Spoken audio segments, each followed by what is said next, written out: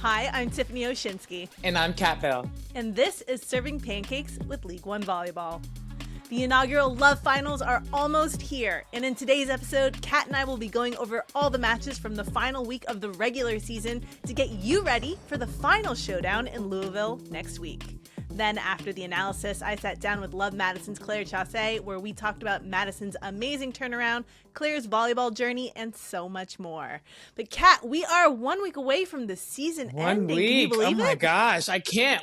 I think it went by so quick. You know, we're in the first week and we're talking about the recaps of the first few matches, and then here we are towards the end. So, yeah.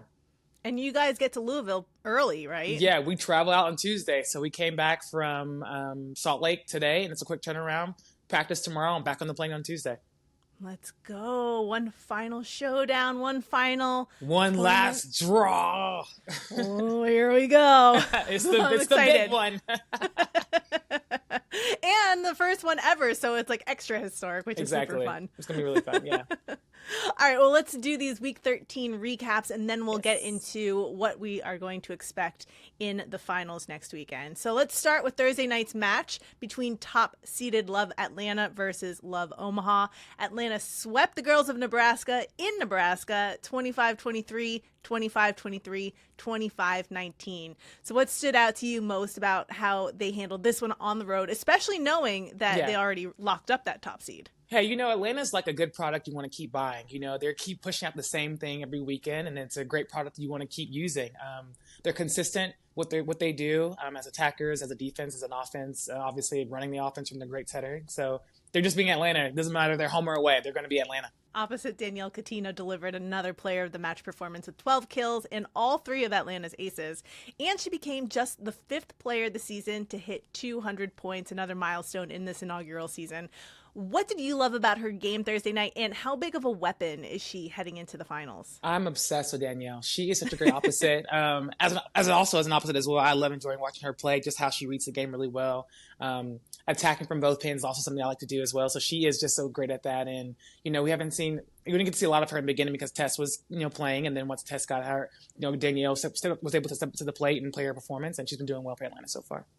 Well, speaking of Tessa, she returned after, like you said, missing a few games, missing 8 matches, actually. Mm-hmm. And even though she played a limited role, just having her back is a huge development for Atlanta. So how dangerous is this team now with their full arsenal? I mean, it's dangerous. Now Tessa being back, you have options. The bench obviously is a lot deeper and still working on trying to get her part of the offense. She was a major part of the offense before she got hurt, and I'm sure they're going to be able to use her this next weekend. And I think this is what matters. This last week is what matters. And potentially, I feel like everyone should be healthy. Everyone should be able to go in and do what they can do. So it's going to be a great, united front having Tessa on the court with Atlanta.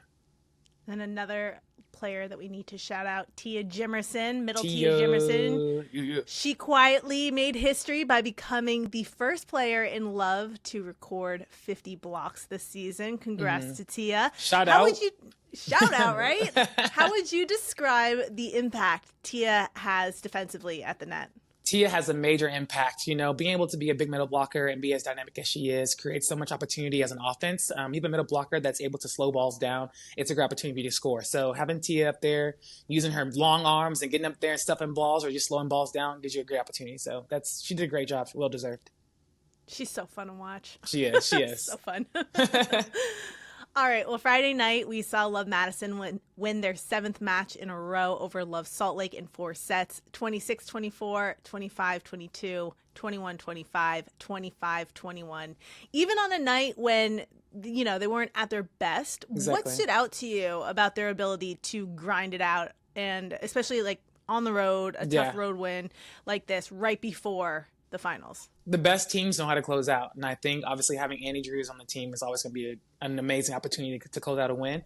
But just staying steady, even though their backs against the wall, being able to contribute to each other on the court and to find some things out of no things. They were defending balls, they were slowing balls down, and they were able to get the offense going through Lauren Carlini. So they did a really good job versus Salt Lake. So Sarah Franklin earned Player of the Match honors, but Madison had 3 players in double-digit kills and a really balanced attack overall. Mm-hmm. How dangerous does that make them heading into the postseason, especially in a tournament format? really dangerous if you can get 3 players in double digits. It's very hard and difficult. Normally, you want to be able to slow down at least one player and kind of maintain another 2. If you can slow down 2 players and let one player kind of go off and do what they need to do, is great. But having 3 players in double digits is very difficult, and it's hard to slow down. So if they can keep up that momentum, it's going to be a great look for them coming up into the finals. Now, on the Salt Lake side, Ronnie Jones-Perry and Heidi Casanova had solid nights. And Tori Dixon made a big impact at the net as well. Yeah, she was big. Yeah, right? She was great. So what does Salt Lake need to do to tighten up to make a run in Louisville? They have so many options. Even I don't know if he's got a chance to catch against our match. They ended up subbing in Skylar Fields to play outside just for a few points, and she did what they needed to do. So using their offense, using their bench, using all their players, and to give themselves more opportunities to, like I said, get some points on the board. Defensive-wise, Minami is just the best bro in the league. She's amazing. So she's having her back there is like having an 8th player playing defense for you. So it's been great. I think Salt Lake has a really good chance to compete this week along with everybody else and just continue on building on that momentum. Mm-hmm.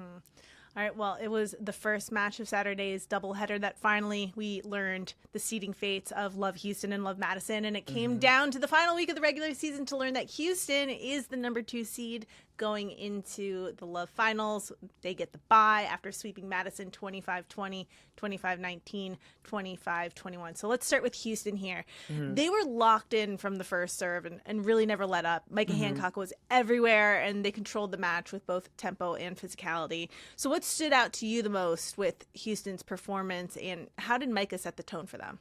I think it's just well-deserved. I think Houston has been, like you said, great all season long.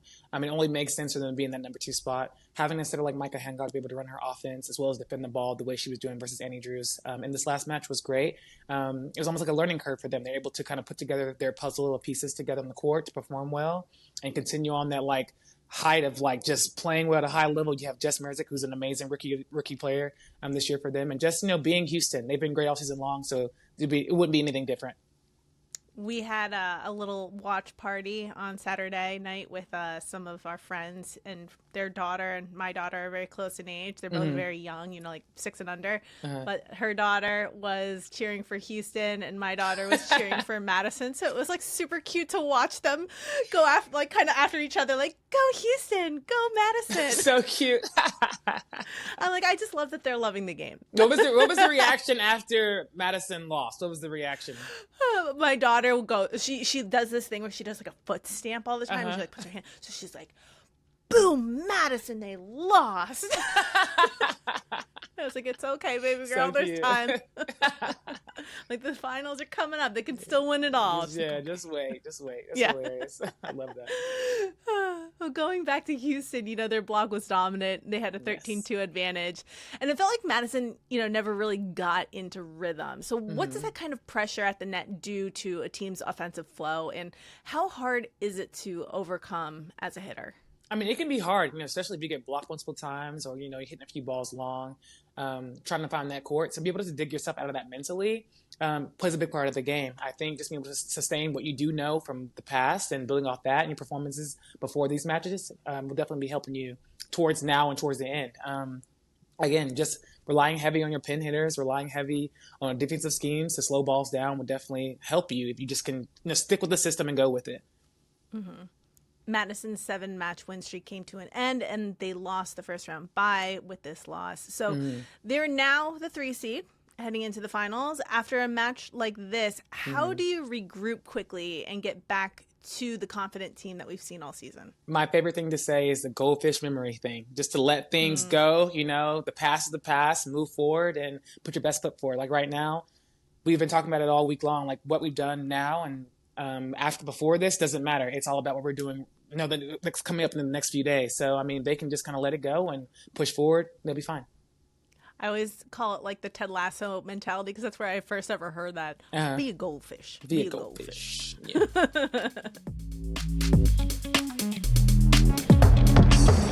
All right, and finally, another wild match for you ladies as Love... I'm sorry.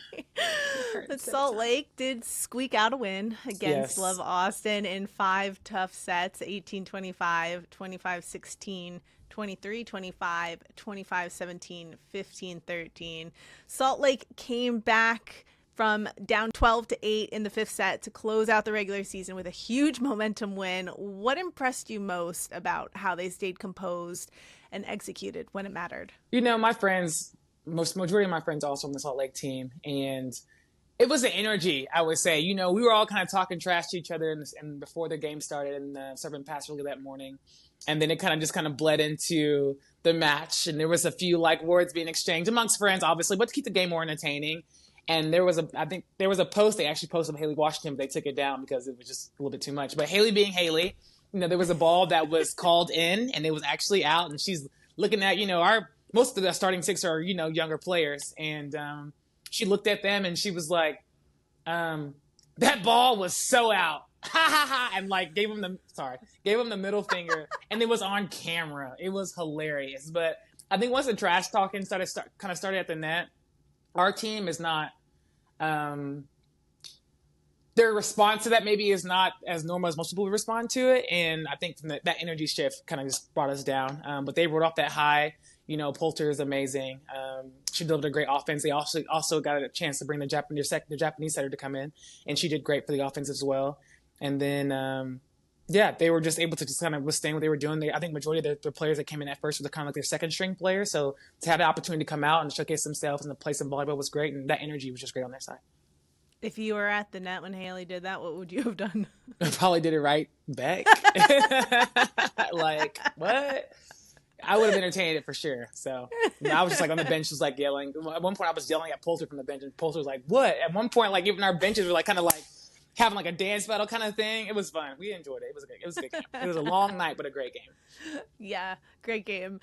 Well, speaking of Haley Washington had one of her best all-around performances of the season, and Salt Lake got major contributions from a lot of different players, like you said, Jordan Poulter, their Japanese setter Tamaki Matsui. So with the lineup constantly changing, what does that say about their depth and adaptability heading into the playoffs? They have so many puzzles and so many opportunities to be a great team, from their starters mixing in their second string, players coming off the bench. They have a great chance of just mixing things up. Like I said, there was a chance that they sub in Stylers on the outside, and she played outside for a few points and got the points that they were looking for. Their blocking schemes are great. Heidi is just amazing defensively, picking up balls for them behind the block. Just being able to have players come in off the court and off the bench is just great for them all around. Mm-hmm. Well, you ladies, Austin had a block party on Saturday night. We did. Blocks total. If anything, we're going to out-block any team. We're going to out-block them. We may not outscore, but we're going to out-block everybody. That's for sure. And blocking is so fun to watch when it just goes straight down. Hell yeah. But unfortunately, you guys just still couldn't squeak it out in the end. It was so close, but couldn't get it out in the end. So as a hitter, what kind of mental challenge is it to go up against the front like that? And what's the key to finding ways to score anyway? I mean, just being confident. That's the major thing we're trying to talk to each other about. Just in those tough moments, swing. You got to swing. The best thing that can happen is you score or hit high hands or get them out of system. Just being confident in yourself and what you've been doing the entire match and your whole career at that. And just being confident, go hit the ball, go get that point. Mm-hmm. Confidence is key for sure. It is the key. All right. Well, now we have to look forward to the Love Finals this weekend. They begin Thursday, April 10th in Louisville. The first game is at 4:30 p.m. Eastern time, which is you guys, Love Austin versus Love Salt Lake. So starting with Salt Lake, they've had an up and down season, but they always seem to find a spark, right? Exactly, yeah. They find a spark when it matters. So what gives them their edge in high pressure matches like this one against you ladies in Austin? Something I told to Chiaki Romali this morning, I said their chemistry. They have a great relationship. You can tell through the internet, and of course, if you know them personally on and off the court, having that chemistry and be able to rely on each other and have those friendships definitely can take you a long way. But the spark is just what they all have, individually as players and as athletes, and be able to come together and to play at a high level is what they have. So, you ladies obviously just played Salt Lake, so this is a rematch. Redemption. This is a redemption match after that 5-set one. Yeah, we need to collect our coins back. Yeah, I actually looked it up. Salt Lake has played the most 5-set matches of the season. You ladies have played the second most 5-set matches. Oh, wow. So you guys have practiced and you have been through the weeds to try to win those games. But, when it comes down to it, right, you guys have shown that you guys can win and that you do have high-level volleyball players on your team. Thanks, Tiffany. So, of course. So what needs to click for you guys when it comes to breaking through and making a postseason run? I'm just like, let's just shock the world. Why don't we? We have such a great team and on paper, obviously a great roster, and we should be literally at the top of this list, but that's not the case right now. So I think right now for us is just like continue to put our best foot forward and try to find a rhythm together. Right now we have some players coming in and out, switching in and out. We got to find something that works fast, and then players that are coming in, we got to score. We have to score out of system. We got to find better resolutions when it comes to putting points on the board, So right now as Pins, we're trying to do our best in practice to figure out ways to do that because that's where it's coming from. The middles aren't the problem. The middles are doing their T. So as attackers on the pin, we got to find, better solutions to do better for Austin. So shock the roster, find a roster, then shock the world. Let's shock the world. All right, the next quarterfinal match on that same Thursday will be Madison versus Omaha. Now, starting with Madison, they've been one of the hottest teams, as we know, down the stretch, right? Yes. Mm-hmm. How do they bounce back from the Houston loss and recapture the rhythm against Omaha? Hey, it's just a loss. It's a minor setback for a major comeback. Not too much, though. Don't do too much. Major comeback. I think, again, it's just, forgetting about what happened before. It's a new time, a new day, and just doing what they've been doing. They've been great this whole time, the last 8 matches anyway. So just keep doing that, and it's working well for them. Now, Omaha has been scrappy and fearless late in the season. So what gives them the best shot at pulling off the upset against a tough Madison team? They also have great leaders. They have Jordan Larson as your pin hitter, who's amazing. They have Justine, who's an amazing bro for them as well. They're kind of like us, trying to find those pieces, scrambling those pieces these last few weeks, last few days, actually, and just trying to find the rhythm that works and having to put points on the board. I think if they can just kind of come together collectively as a group and figure that part of it out, they'll be just fine. All right, love Atlanta and love Houston. Get an extra day of rest to see who they will end up playing in the semis. So let's look at these two teams for their final push, starting with Houston.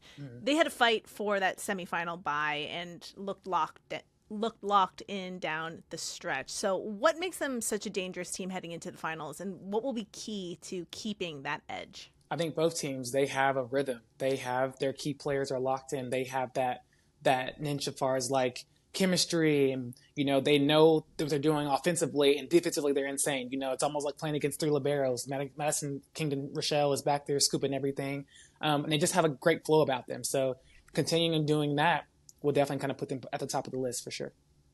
And in a similar vein, Atlanta has been the top of the class in the league all season. So what do they need to do or keep doing, maybe do even better if that's possible, to finish this off and win the first ever League One Volleyball title? I would say by position, try to be better than your position in front of you. I think Houston and Atlanta are very well-matched teams. They both have great opposites. They both have 2 great outside attackers, have great setters, great defensive, schemes and bros and stuff. So I think they're very well-matched, but they can come into the court defending, if it is them back-to-back in a championship match, going head-to-head and being the better player in your position will definitely try to, keep the points close.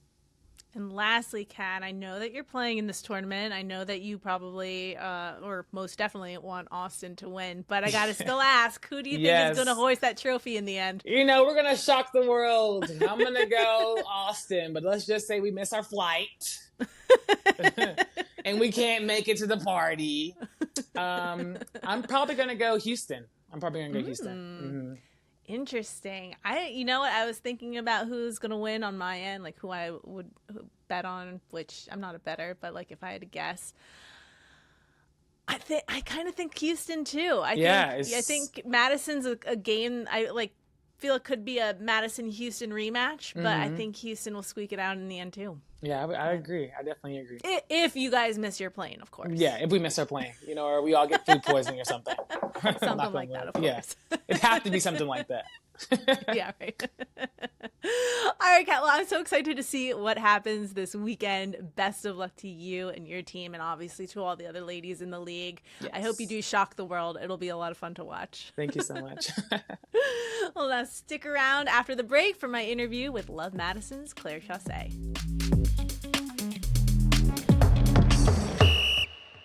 We are back, and I'm excited to have Love Madison's Claire Chaussee on the show. Claire is an outside hitter from Sun Prairie, Wisconsin, who led the University of Louisville to 5 NCAA tournament berths. As a senior, Claire earned first-team All-American and ACC Player of the Year honors while taking the Cardinals to the championship game. She made her professional debut in 2023 in Italy and has been playing here in the States, and now is with League One Volleyball in Madison. Claire, welcome to Serving Pancakes. Hello, thank you for having me. Always excited to have someone on the team from Madison, the team that's making a huge comeback the second half of the season. How are you feeling as we're wrapping up the inaugural season? It seems like it's gone by so fast, but with the little hiccup we had at the beginning and then coming back, I think this whole team, especially me, are just really excited. To finish it out in Louisville is kind of just a cherry on the top to finish the season. Have you been back to Louisville since you left school? I've gone back, I think, once or twice, but not for long periods of time. Okay, so this is going to be a nice little reunion for you. Yeah, and to do it with Stevie is going to be amazing, and to see all the girls and coaches and everything, it'll be awesome. For sure. So let's talk about the Love Madison season so far, because like you said, it started off with a little bit of a hiccup, a little slow. What do you... Yeah, a little slow, but it's okay because you guys are the hottest team right now. So talk about this turnaround. What do you guys attribute it to? I think it's a lot of things, but our strength coach always talks about just winning the day, and from the beginning he has said that. So even through the yuck that went on at the beginning, like how can we keep finding good in the day that we're doing right now? Also, we started double days in the middle of the season, so I think just touching the ball more, being in the gym longer with each other, I think helped. We also started to hang out outside the gym more, just creating that chemistry that we needed. So I think there's a lot that contributes to it, but those 3 main things probably for sure. Let's talk about the chemistry for a second, because I love hearing these stories about what you guys do off the court as a team. What has kind of been the big team bonding moment, or the big thing that you guys like to do off the court? Well, every week now, actually, ever since our first win, I think that week we started it, we had a team dinner every single week, whether that's at a teammate's house or going out to eat. Last night, since we got here early to Salt Lake, we went out last night as a team. Coaches, support staff, anyone that can make it is more than welcome. So I think that's been the biggest thing outside the gym that we've been doing. That's awesome. That sounds great. Mm-hmm. What about on the court? Do you guys like to goof around when you guys are practicing, or is it pretty serious? I think half of us definitely like to goof around, make some jokes, but there's some people who like to be serious, and I think that ultimately us combining together makes it better. Like having serious people, goofy people, gelling them together, everyone's just having a good time. Now, you're one of the younger players on the team, so have you found sort of like a mentor to help you? I think there's definitely multiple. At the beginning, it was Dolly, but she got injured, and then she ended up leaving, unfortunately, but now she's back with us, which is amazing. But her, especially with passing, more on the court stuff, I would go to her. And then off the court, I love going out and doing things most of the time, and Annie loves to also do that, so she would always reach out and we would find something to do, or just talk on the phone, text, whatever it is, we would do that. And I think on the court too, chemistry wise, Lauren kind of gives you the motivation to, like, she a lot of the times just says, like, go rip it. That's kind of why you're in here, like, just take a rip on the ball, like, don't play too cute, don't try to just tip it over. She's like, just go rip it. And that gives me a lot of confidence no matter what I'm doing, to just, like, attack the ball and everything. Annie Drews and Lauren Carlini are, you know, two obviously phenomenal players, Olympians. When you first joined the team, was it kind of a little bit of a starstruck moment for you? I actually grew up watching Lauren with the Badgers because I'm from Madison area, so that was really cool. But I actually played against both of them in Italy my first season, so I'd already seen them, like, on the court, but it definitely kind of struck me, I guess, that I was actually playing with them, playing with Olympians and all of that. But my family is always like, oh my gosh, it's so crazy that you're playing with the Olympians. Like, they're just all stoked for me and everything. Is it nice having them actually on your side of the court now? Yes. Oh my goodness. I'm like, I was a little afraid of Lauren, but she is so nice. I was like, please, I swear, I'm nice. I'm not mean.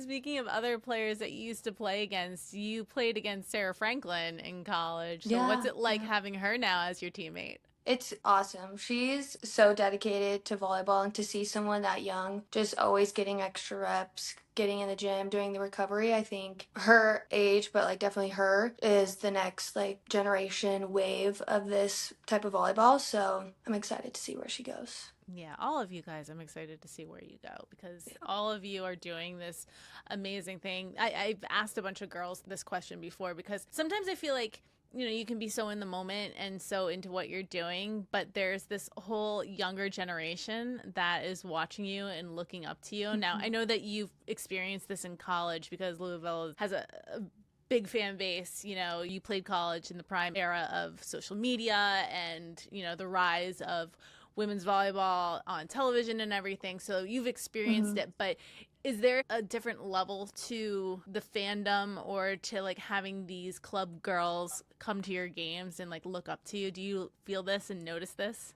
Yeah, I definitely feel, not that it's any sort of pressure, but I just feel like volleyball is now more well known, more people watch it, more people want to play it. So it just feels really cool that they can now look at us and be like, hey, I can play professional volleyball in the States. And it before, it obviously was just, oh, I could play college, which is still amazing to do. And it's really hard to do. But to have them see this in their hometown it's really a blessing, and it's something we really are grateful for, and we don't take it for granted.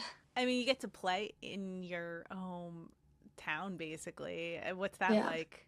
It's so surreal. Like having my grandma at the match and middle school coaches, teachers from middle school, high school, showing up to my games and seeing them in the stands, or people that I used to babysit. People who used to play club with me will come to the games and watch, which is really nice. And my family, of course, is amazing. And sometimes it's a little hard to separate, you know, but it's really awesome to be playing in my hometown. That's cool.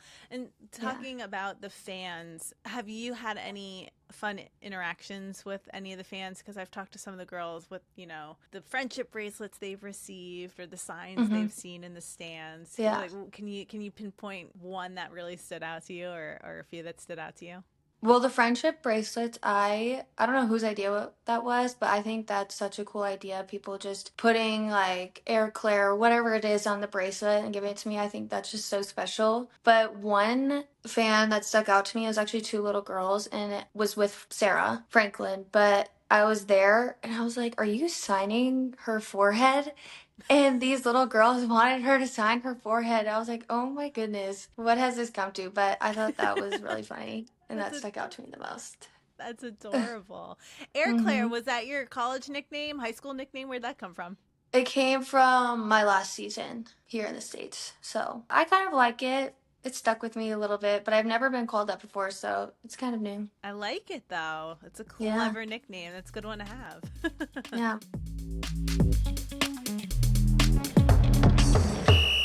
All right, well, let's go back to your origin story and, you know, the beginnings of your volleyball journey. How did you discover the sport, and when did you know that you wanted to pursue it? I always say the same thing with this question, but my sister, she started playing probably when she was 10 or 11, I would say, but not seriously until 14s, which is then when I started following in her footsteps, like went to all of her practices, all of her games, wanted to be just like her, like every little sister. And then we would just always play against our garage or out in the yard. She would never take it easy, of course, but I think that's kind of when I fell in love with it. But I was playing soccer at the same time, and by I think 8th grade or freshman year of high school, I had to decide. My dad was like, you can't do both. It's just not possible if you want to play club as well. So I decided with volleyball, and then probably 2 years later, I committed to Louisville. So all happened very fast, I would say. But I've been playing since I was like 9 or 10 as well. So you've been playing a while. Yeah. What eventually motivated you to want to play in college and continue past the club and high school levels? Well, my sister did. Back And to the sister, of seeing her, course. yeah. And seeing her just having so much fun, and she had that influence on me, and I can't imagine like how many other people she had that influence on, and maybe I had that influence on another little girl, like another short outside maybe. But yeah, that's definitely why I wanted to go to college and play. Also, I just love the sport, so why not try and go play anywhere? It doesn't matter D1, D2, or D3, but can I go play and have fun somewhere? So what made you ultimately decide on Louisville? It came down to two schools, but Louisville was honestly the only school that didn't give me a timeline of when they needed to know by, which I really respected, and I feel like that made me think that they respected me a little bit more. Also, it's a little bit of a smaller school and about 7 or 8 hours from my hometown, and I wanted to be a little bit further away, but not too far, so I could still drive home if I really wanted to. But the food there is great. The girls and the coaches, they are amazing, and I definitely would go back there in a heartbeat. Speaking of coaches, this is a quick aside because I know this isn't really, love and professional and all that kind of stuff, but can we just do a quick little talk about Danny Busboom Kelly and her going to Nebraska? Yeah. What went through your mind when you heard that news? I wasn't surprised because she actually sat us down maybe my sophomore year or junior year of college, and she was like, guys, just want to let you know I'm renewing my contract here, but in my contract it says if that job ever opens up that I could leave for Nebraska. Oh, wow. And so that's always been the case. Everyone's always known that, but I'm really happy for her. She is going where she played, won a national championship. She's already coached there. Her family's there. So I'm just really excited for her in this new chapter. I think she loved it in Louisville, but I hope that she even loves it even more in Nebraska. At least she still gets to wear red, right? Yeah, right? She can wear all her fancy blazers, all her Gucci blazers that she got. Crazy girl. I didn't realize that they were Gucci. Yeah, some of them are. Yeah, they Good gifted her. it to her, I think, my senior year. I don't think it was my super senior year, but yeah, Gucci gave it to her. I was like, that's insane. That's amazing. See, Mm-hmm. people sometimes question the money in volleyball, and it's on the rise. And Gucci It really is now is. providing coaches coats. Uh-huh. I love Especially for her. Yeah. I love. She rocks it very well. So I love She it. really does. Mm-hmm. So when you were playing in college, at what point did you realize that you wanted to go pro? Honestly, I didn't know until my last year, my COVID senior year. And that's because I didn't really know that kind of part of volleyball. No one ever reached out to me, like no agents. And I think my 5th year really helped me grow as a player. Like that's kind of when I was seen, I guess, for a lot of agents. So without COVID, honestly, I don't know if I would be playing pro. But because my 5th year was so adamant to where I am now. But yeah, I think, my 5th year is when I found out that I could go play pro, and that's when I decided. What did you want to do before you decided to go pro? I want to be a wedding photographer. Really? Yes, yeah. I had my first wedding 2 summers ago, and before that, I actually did a COVID wedding for Tori Dilfer. So that and engagement or family shoots, babies, yeah. That's so cool because you were a criminologist major in college, right? I went in criminology, and then I eventually switched it to sports administration with a minor in communications. Oh, so where did the photography come in? I've always liked it. I've always wanted to take photos, and my mom took my senior photos, and so she would say that she definitely got me into it, but I would say that too. But that's kind of where I fell in love with it, was because of my mom. That's so sweet and so cool. Mm-hmm. I feel like that's one of those professions that I haven't heard from players. I mean, I know Kelsey Robinson Cook loves to take photos, and she's very big into photography, but I believe she said that she always wanted to be, playing volleyball, and that's always been kind of her goal. So it's really fun to hear that that was what you wanted to do. Do you think that when you retire and are done playing professionally that you're going to go into wedding photography in that world? Yeah, that's my goal. Obviously people have to like my photos though for that to happen, but that's my goal, and the dream would be to do destination weddings, but I know I got to start small, so I'll have to do little ones first.